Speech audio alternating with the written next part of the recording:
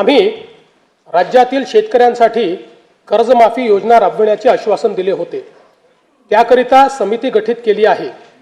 राज्यातील 30 सप्टेंबर 2025 रोजी पीक कर्ज थकीत असणाऱ्या पात्र शेतकऱ्यांना 2 लाख रुपयापर्यंत कर्जमाफी देणारी पुण्यश्लोक अहिल्यादेवी होळकर शेतकरी कर्जमाफी योजना मी आज जाहीर करीत आहे।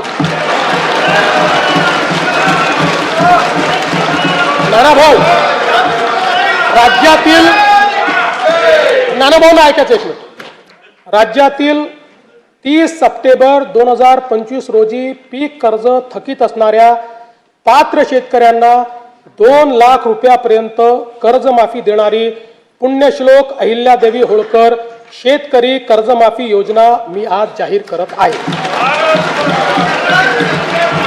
जे शेतकरी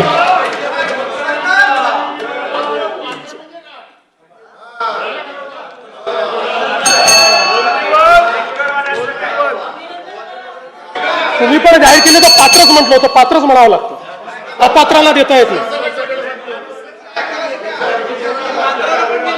ऐका पुढे, अजून संपलं नाहीये। अरे अजून संपलं नाही, थांबा रे बाबा, शांत बसा, शांत बसा। जे शेतकरी कर्ज घेऊन नियमित परतफेड करतात अशा शेतकऱ्यांना प्रोत्साहन देण्याच्या हेतूने नियमित कर्ज परतफेड केलेली असल्यास अशा पात्र शेतकऱ्यांना 50,000 रुपयापर्यंत प्रोत्साहनपर लाभ देण्यात येईल। कर्जमाफी तसेच प्रोत्साहनपर लाभ देण्याबरोबर कोकणाला हे जास्त महत्त्वाचं आहे, कारण कोकणातले लोक सगळे कर्ज परत करतात। कर्जमाफी तसेच प्रोत्साहनपर लाभ देण्याबरोबरच राज्यातील बँकिंग यंत्रणा सक्षम असावी यासाठी समितीच्या शिफारसीतील निकषानुसार निर्णय घेण्यात येईल।